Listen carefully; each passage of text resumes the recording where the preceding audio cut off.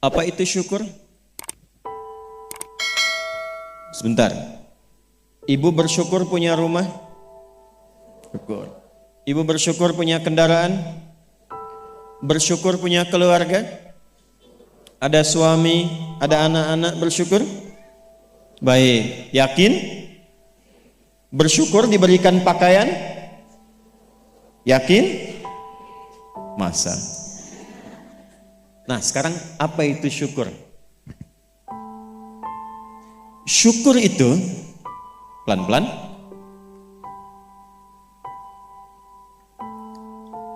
Syukur itu upaya menggunakan semua nikmat yang Allah titipkan, upaya menggunakan semua nikmat yang Allah titipkan sesuai dengan apa yang Allah inginkan, sesuai dengan apa yang Allah inginkan, dalam rangka mendekatkan diri kepada Allah Subhanahu wa taala. Contoh, ibu sekalian, maaf, anak itu titipan dari Allah atau bukan? Yakin? Sekarang pertanyaannya, ibu tahu nggak apa yang Allah inginkan dari anak yang dititipkan itu? Jadi apa? Anak yang saleh. Saking inginnya mendapatkan anak yang saleh, bahkan setiap ibu sejak mengandung itu sudah bermohon kepada Allah. Itu ada di Quran surah ke-7 Al-A'raf di ayat 189 di ujung ayatnya. Ya, Quran surah 7 ayat 189. Falamma taghasyaha hamalat hamlan khafifa famarrat bi. Lihat ke ujung ayatnya. Falamma athqalat da'wallaha rabbahuma la in ataitana salihah lanakunanna minasyakirin. Suami istri itu kalau istrinya tengah mengandung, kemudian menjelang fase-fase kelahiran, sangat berharap dan berdoa mohon pada Allah, semoga anak yang terlahir ini menjadi anak yang soleh. Sepakat bu? Setiap ibu menginginkan anaknya menjadi anak yang soleh. Sepakat? Pertanyaannya, apakah betul kemudian setiap ibu yang sudah Allah titipkan anak dalam kehidupannya betul-betul mensyukuri nikmat titipan itu? Saya tanyakan pada ibu, anak ibu itu disekolahkan di mana? Kenal Allah atau tidak? Diajarkan sholat atau tidak? Diberikan pakaian yang menutup aurat atau tidak? Perhatikan definisi syukur tadi. Menggunakan semua nikmat, upaya menggunakan semua nikmat sesuai dengan apa yang Allah inginkan. Ibu punya anak perempuan, katanya ibu syukuri diberikan itu. Sampai ibu bikin akikah, sampai undang tetangga, sampai selamatan. Tapi setelah dia bahkan menjelang balik, ibu kasih pakaian yang membuka auratnya. Itu bukan syukur namanya. Disekolahkan di tempat yang bahkan dia tidak mengenal Allah. Dikejar sampai di sininya nih. Nggak salah. Dilesin matematika, nggak salah, bagus.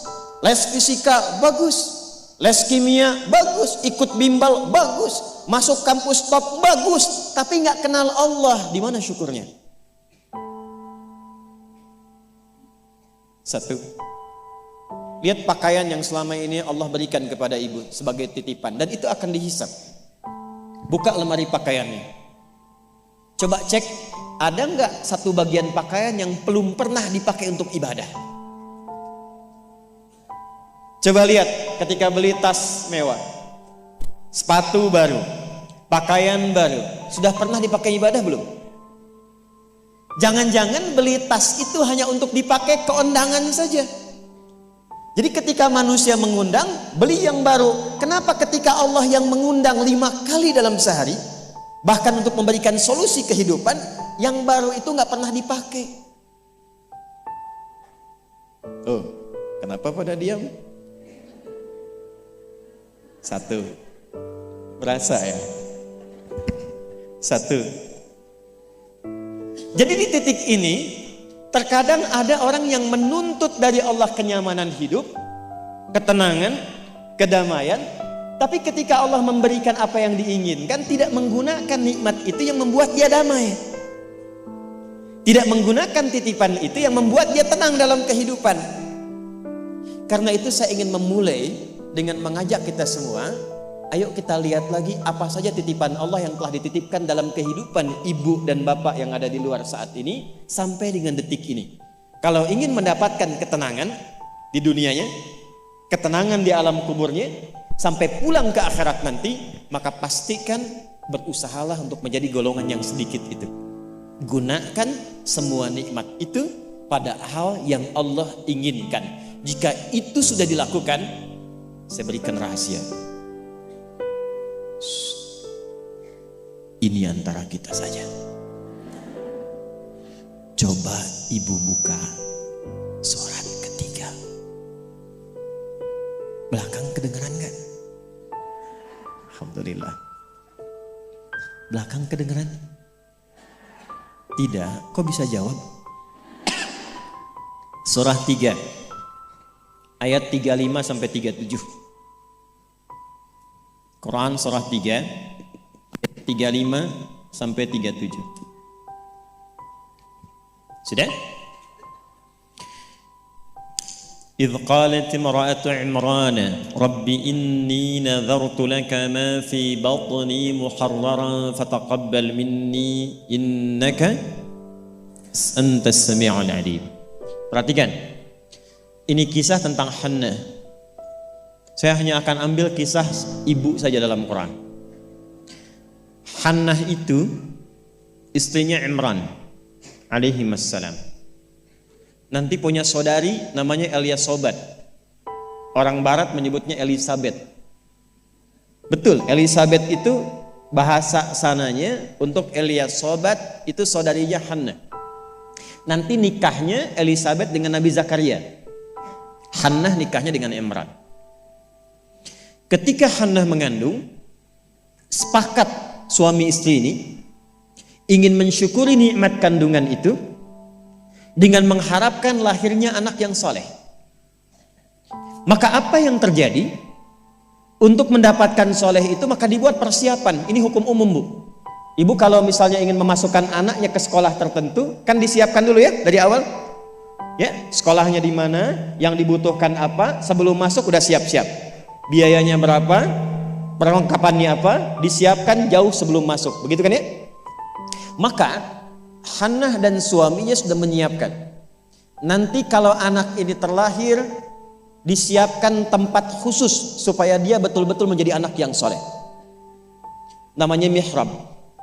Mihrab itu tempat yang dikhususkan untuk bisa fokus ibadah, bertakarub kepada Allah saja. Nanti harus ada yang merawat. Yang mengajar, yang merawat itu harus orang yang paling soleh dan pintar di zamannya. Yang ketiga, disupport banyak doa. Dua-duanya sudah kompak. Siapapun yang kalau anak ini lahir masih hidup, entah ayah atau ibunya, teruskan cita-cita yang sudah menjadi komitmen ini. Maka ketika kandungan itu terus membesar dan siap menjelang persalinan, Imran meninggal. Jadi Imran itu meninggal dan Maryam nanti lahir dalam keadaan yatim. Maka lahirlah Maryam. Apakah ketika Maryamnya lahir, ayahnya sudah tidak ada, ibunya berhenti dari cita-cita yang sebelumnya menjadi komitmen? Tidak, diteruskan itu.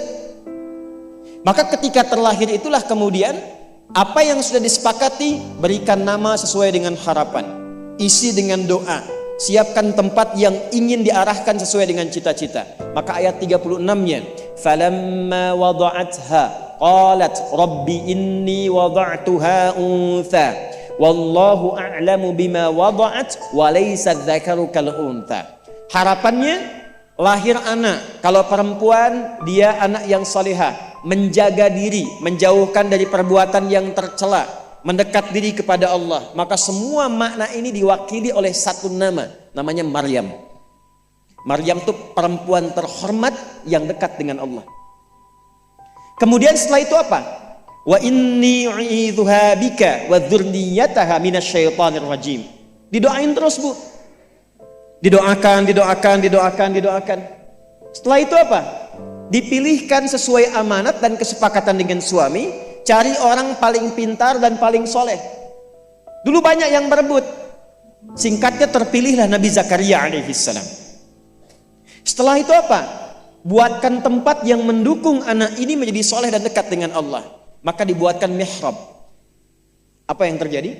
Ketika mihrabnya sudah siap, yang mendidiknya sudah siap, doanya mengalir, namanya sesuai dengan harapan, maka orang tua itu tidak sulit lagi untuk merawatnya. Setelah itu Allah yang berkenan memperhatikan sampai tumbuh dewasanya. Perhatikan ayat 37-nya. Fataqabbalaha rabbuha biqabulin hasanin wa ambataha nabatan hasana wa kaffalaha Zakaria. Satu, Zakariyanya ada. Kullama dakhala 'alaiha Zakaria al-mihrab. Dua. Wajada 'indaha rizqa.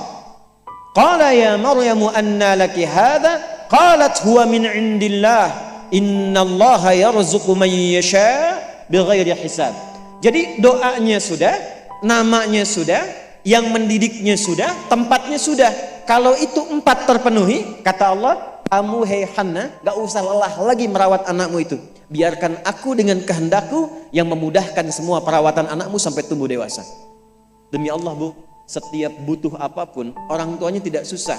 Setiap akan diantar makanan, makanan sudah ada. Mau diantar pakaian, pakaian sudah ada. Dan semua pertumbuhannya langsung diperhatikan oleh Allah. Jadi ketika syukur itu diterapkan dalam kehidupan, maka seorang hamba akan beralih dari hamba biasa statusnya menjadi hamba yang istimewa di hadapan Allah Subhanahu wa taala. Ini yang ingin saya contohkan. Bersyukur itu bukan hanya sekedar mengungkapkan alhamdulillah atas nikmat yang diperoleh, tapi ada peluang untuk menambah nikmat-nikmat lanjutan. Ini ayat ini yang menginspirasi Al-Imam Asy-Syafi'i, Imam Ahmad bin Hanbal. Tidak banyak orang tahu Imam Syafi'i itu single parent Bu ibunya. Imam Ahmad bin Hanbal itu single parent. Jadi begitu dititipkan anak laki-laki Imam Ahmad, bapaknya meninggal, ibunya yang gendong sana sini.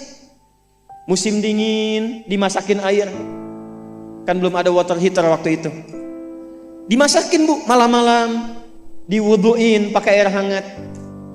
Digendong oleh ibunya ke masjid, ke halakoh-halakoh para ulama, disimpan, selesai digendong, dibawa lagi. Apa yang terjadi? Ketika semua nikmat dititipkan anak itu disyukuri sesuai dengan apa yang Allah kehendaki, jadilah Imam Ahmad. Ibu kenal Imam Al-Bukhari? Ayo bilang kenal. Ini juga sama, single parent. Bahkan lebih dahsyat lagi, Imam Al-Bukhari itu saat lahir ayahnya meninggal, usia 2 tahun, matanya buta. Dan dokter mengatakan pada masa itu, ini buta permanen, gak akan sembuh. Apa yang menjadikan kemudian matanya sembuh sampai jadi orang paling hebat di zamannya dan melahirkan karya besar Sahih Al-Bukhari. Wa qalilun min ibadiyasy syakur. Ibunya. Jadi betul-betul mensyukuri nikmat diberikan seorang anak, dititipkan seorang anak. Jadi nggak pernah lihat Bu. Jangan lihat kata orang, ini anak si fulan, misalnya si fulana ini kurang begini, anak si fulana autis, anak si fulana begini, nggak ada. Nggak ada satu anak pun terlahir yang tidak punya keistimewaan, itu tidak ada. Tanamkan pada hati yang paling dalam. Dalam kondisi apapun Allah menitipkan anak pada ibu, itu ada keistimewaan di dalamnya yang menyempurnakan kebahagiaan dalam rumah tangga. Pernah ada seorang ibu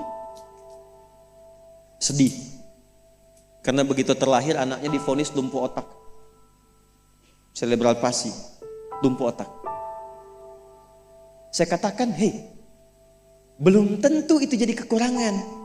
Boleh jadi Allah titipkan satu kelebihan di balik anak itu yang belum terbuka sekarang. Coba bacain Quran terus. Dibacakan Quran, bacain Quran, bacain Quran. Begitu anak itu mulai bisa bicara, yang keluar Quran. Begitu dicek oleh seorang ustadz, ternyata anak itu sudah hafal Quran 30 juz. 30 juz.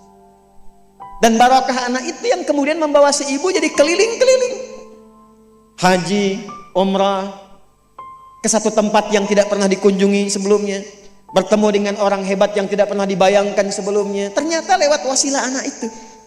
Disyukur itu membahagiakan. Itulah syukur. Syukur itu dampaknya banyak, Bu. Dia nggak akan tertinggal. Dunia dapat, akhirat juga diraih.